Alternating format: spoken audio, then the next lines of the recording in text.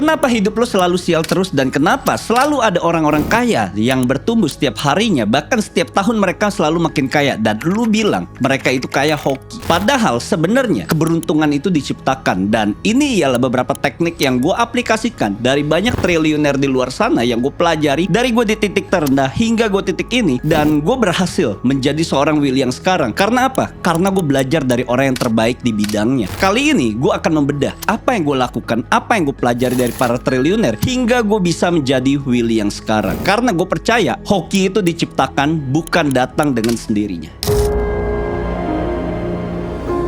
Gue juga bermula semua itu dari background keluarganya ya nggak punya duit, miskin, dimana gue berada dari keluarga mental miskin juga, dan gue kemana-mana juga naiknya motoran bos. Gue tahu ya namanya keterbatasan. Makan ayam mati pun gue juga pernah ngerasain. Makan bakso tikus itu gue juga udah pernah ngerasain karena gue berada tinggal di perkampungan, dimana gue kemana-mana juga capek gitu. Rasanya harus panas-panasan, hujan-hujanan, jas hujan bocor, gue udah ngerasain. Ditinggal cewek nggak ada duit pun juga gue udah makan asam garam kehidupan itu. Karena gue tahu kalian semua pasti pernah melalui ini. Jadi tugas gue di sini ingin membantu kalian membuka kamera ini supaya lo tahu nih banyak hal di dunia ini yang perlu lo ketahui supaya hidup lo bisa berubah 180 derajat. Nggak usah lo mikir misalnya mau punya uang 1 triliun gitu ya. Ibarat lo naik tangga, step lo di mana? Pace lo di mana? Nggak usah bandingkan hidup lo tuh dengan orang lain yang mungkin lo melihat influencer ini suksesnya itu cepet banget. Nggak seperti itu bos. Semua itu juga bermula ibaratnya itu naik tangga, pelan-pelan semuanya. Lo harus membandingkan diri lo hari ini sama nanti di tahun depan itu seperti apa. Diri lo yang sekarang sama tahun lalu itu seperti apa. Itu yang harus lo bandingkan. Jadi di sini gue juga tahu rasanya itu hidup susah. Gue juga pernah ngechat salah satu influencer dan gue nggak pernah dibantu. Makanya janji gue pada saat gue sebelum sukses ya, ketika gue sukses gue harus bisa membagikan dan memberikan impact yang besar kepada banyak orang. Karena gue sudah pernah berdoa sama Tuhan dimana ketika gue sukses gue akan memberikan impact yang jauh lebih besar kepada orang lain. Karena itulah tugas gue di dunia ini. Jadi kita langsung aja masuk ke dalam topik dimana lo harus bermain hal curang ketika lo ingin sukses. Dulunya gue juga berpikir kalau mau sukses ya lo harus kerja keras. Ternyata ada beberapa variabel yang harus lo ketahui. Jadi hal-hal curang ini yang harus lo pahami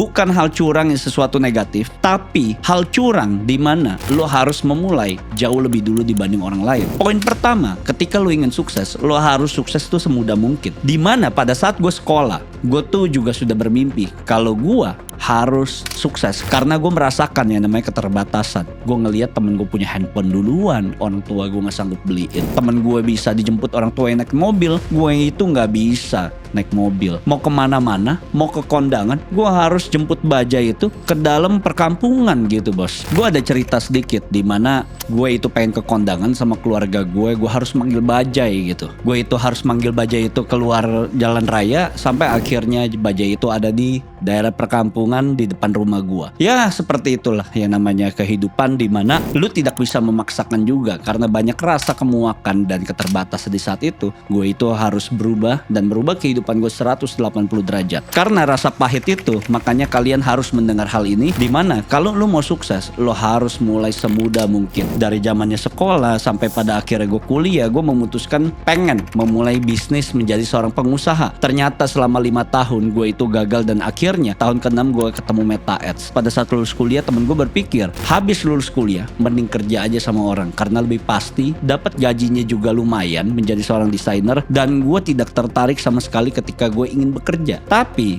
fokus gue ialah bagaimana caranya gue bisa merubah kehidupan gue 180 derajat jika gue tidak bekerja. Ya gue harus menjadi seorang pengusaha. Menjadi pengusaha itu tidak mudah, gue akuin. Lo harus menemukan kepingan-kepingan puzzle sampai pada akhirnya puzzle itu kebentuk. Nggak gampang gue bisa sampai di sini. Satu hal yang gue pegang teguh, bagaimana caranya gue bisa manjat dari batu-batu yang terjal sampai akhirnya gue berada di titik puncak. Dan temen gue pada saat itu juga banyak yang ngeremehin gue untuk memulai bisnis di awal. Pada akhirnya gue ketika menemukan Meta Ads, gue itu winningnya melakukan percobaan itu di bulan ke-9 dan akhirnya gue menemukan winning pertama. Setelah di bulan ke-12 gue baru mendapatkan 100 juta pertama gue, bos. 1,5 tahun gue baru mendapatkan 1 miliar pertama gue. Apakah ini sebuah kebetulan? Enggak, karena ada yang namanya kemuakan dalam hidup gue. Gue kerja 20 jam sehari dan gue tidurnya 4 jam. Kalian pun juga gak akan percaya gue bisa tidur tuh cuma 4 jam. Tapi ya ada pengorbanan di mana gue harus merubah 180 derajat. Orang-orang ngeraguin, ya makanya gue harus menjadi seorang entrepreneur muda. Kalau lu tidak memiliki yang namanya ketidaknyamanan ini, lu gak bakal bisa sukses sama sekali. Jadi kita lanjut di poin kedua, di mana lu harus melakukan hal curang ini. Lu harus memulai mengevolusi diri lu sendiri, di mana lu harus merubah diri lu yang tadinya lu mungkin bukan siapa-siapa, dan lu harus menjadi seorang somebody. Pada awalnya gue juga jadi audiens seperti kalian nih, di mana gue suka ngelihat konten-konten entrepreneur muda. Gila, dia bisa sukses ya. Apa yang dia lakukan? Apakah cuma hanya mengenal beberapa tools, beberapa platform sampai akhirnya mereka sukses? Ternyata ada beberapa fundamental penting yang harus lo ketahui nih. Yang pertama, sebelum lo sukses, lo itu harus memoles diri lo, transformasi diri lo, upgrade karakter lo. Kenapa harus seperti itu? Kalau lo tidak nge-upgrade karakter lo sama sekali, lo nggak bakal bisa menjadi seseorang yang disenengin sama orang. Karena konsepnya pada saat lo berbisnis, ya lo harus bisa yang namanya mengambil hati orang lain, bersosialisasi sama orang lain. Baru peluang itu akan terbuka lebih lebar. Pada saat itu gue juga sempat mengikuti sebuah pelatihan. Itu salah satunya Hitman System, di mana gue nggak tahu gue memiliki persona yang seperti apa. Gue itu tidak memiliki kepercayaan diri, dan sampai pada akhirnya gue memoles diri gue menjadi seseorang pria. Gue itu bisa disenangi sama banyak orang. Nggak hanya cewek yang seneng sama gue, tapi teman-teman cowok itu juga seneng sama gue. Terutama ya di lingkungan bisnis. Gue bisa ngobrol berjam-jam. Karena apa? Ya karena gue melatih diri gue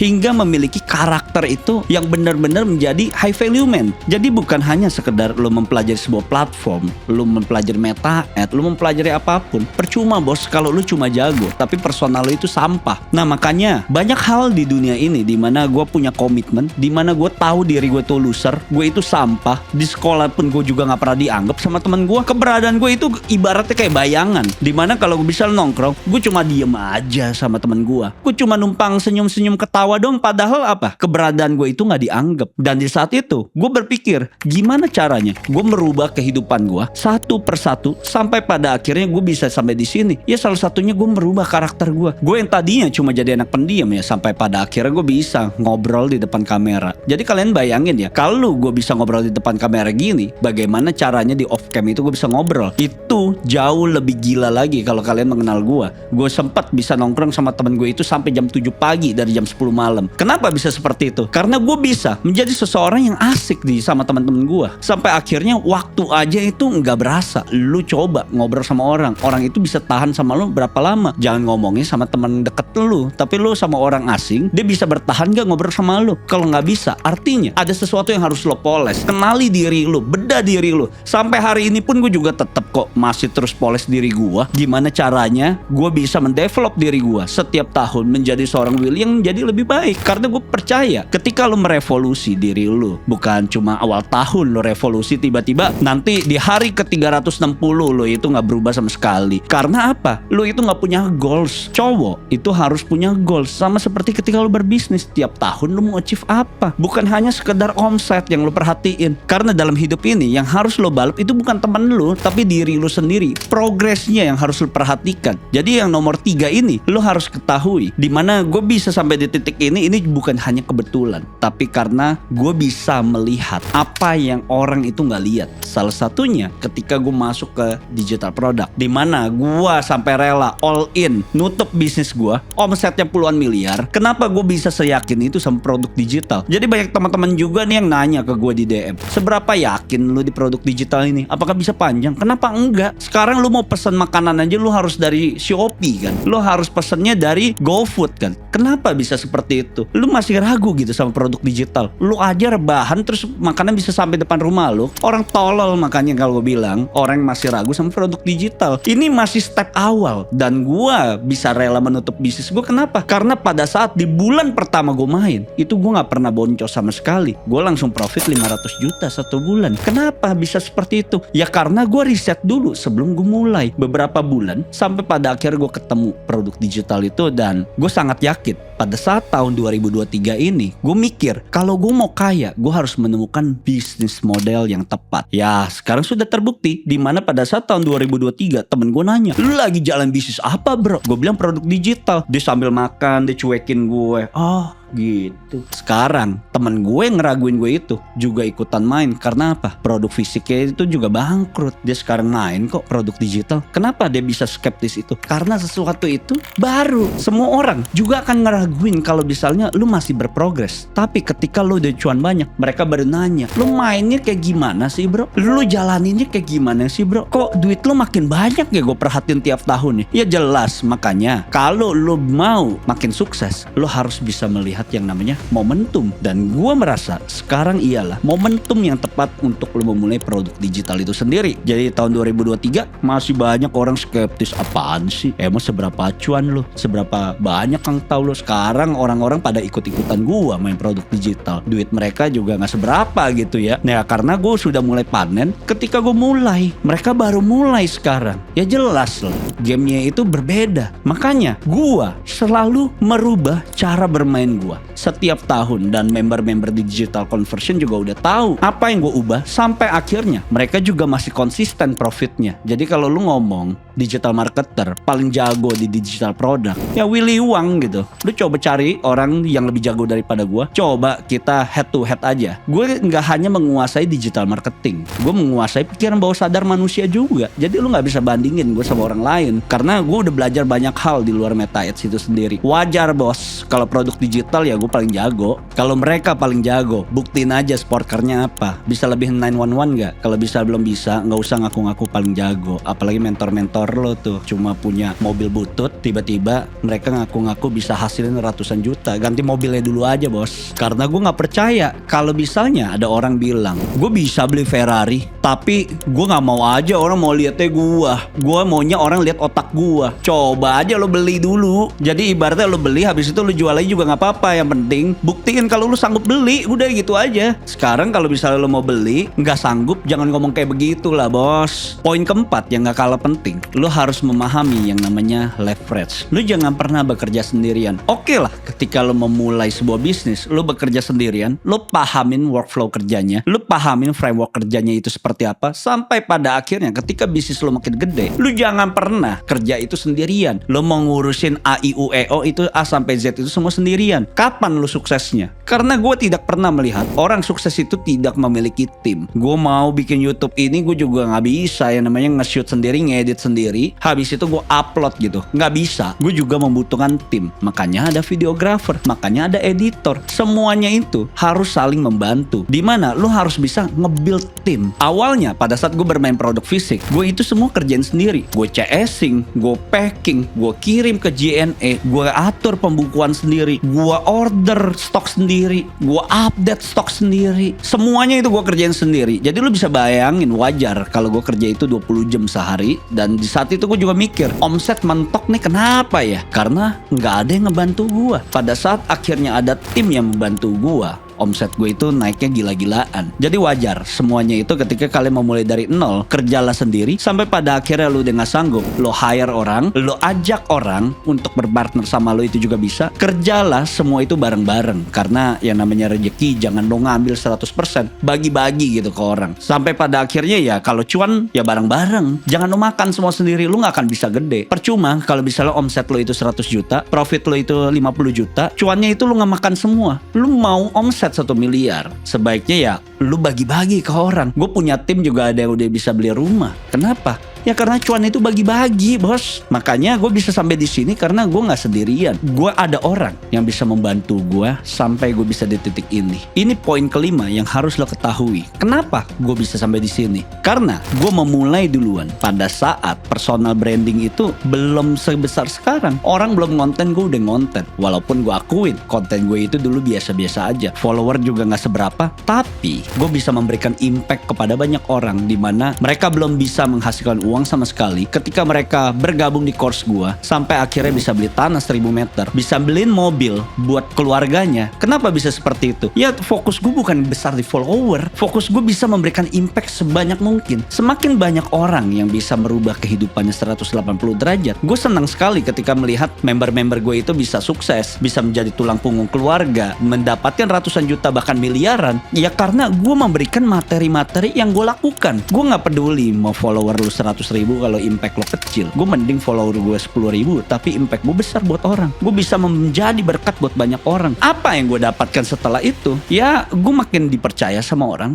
Gue mendapatkan partner juga dari personal branding. Sebelum orang mau mulai ngonten, gue udah mulai ngonten, bos. Dari 2021 gue udah mulai ngonten. Mau follower gue 1000 juga gue mulai ngonten gitu. Kenapa gue mulai? Ya karena menurut gue nggak ada hal yang sempurna. Sesuatu yang sempurna bisa lo dapatkan ketika lo melakukan itu repetisi. Di saat teman gue juga bilang, ngapain ngonten bos, duit udah banyak, mending uang lo keep aja sendiri, ngapain lo bagi-bagi. Teman gue baru minggu lalu juga nanya, gila bro, lo baik banget bro, mau bagi-bagi ilmu lo ke member lo, mereka juga cuan lagi, berkat lo banyak bro. Gue happy denger kayak begitu karena bisa menjadi berkat orang lain. Ini karena rasa sakit gue, dimana pada saat gue susah nggak ada yang mau bantu gue.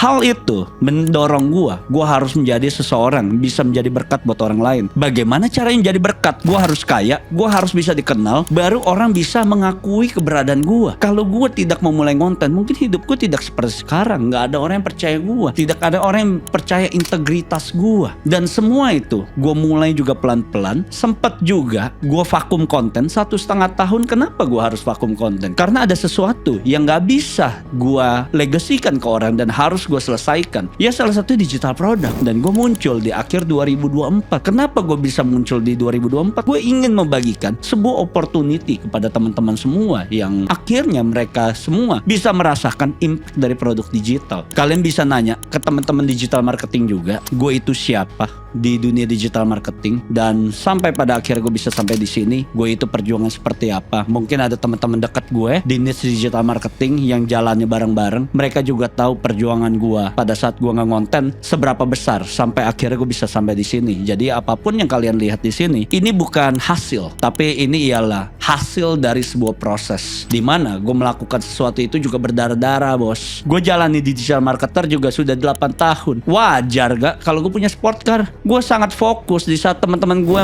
main live TikTok, gue nggak main, gue tetap fokus di Meta Ads. Teman-teman gue jalan bisnis punya gudang besar, gue tetap fokus sama apa yang gue jalankan, produk digital. Dan sekarang kalian bisa lihat hasilnya itu sejauh mana. Wajar-wajar aja sebenarnya kalau dipikir pakai logika. Makanya apapun yang kalian lakukan, fokus aja udah. Jika lo menonton video sampai di sini, harapan gue simple aja buat kalian. Lo harus mulai. Apapun yang kalian lihat, dimana semua orang itu ragu, lo itu mulai udah. Di saat gue juga awal-awal itu nggak ada yang percaya sama gue, nggak ada konten-konten seperti ini, gue tetap percaya sama diri gue sendiri untuk merubah kehidupan gue. Jadi makanya lo nggak usah dengerin kata orang. Mulailah sedini mungkin, sampai pada akhirnya orang bakal ternganga ngelihat perubahan lo yang tidak pernah mereka bayangkan. See you guys.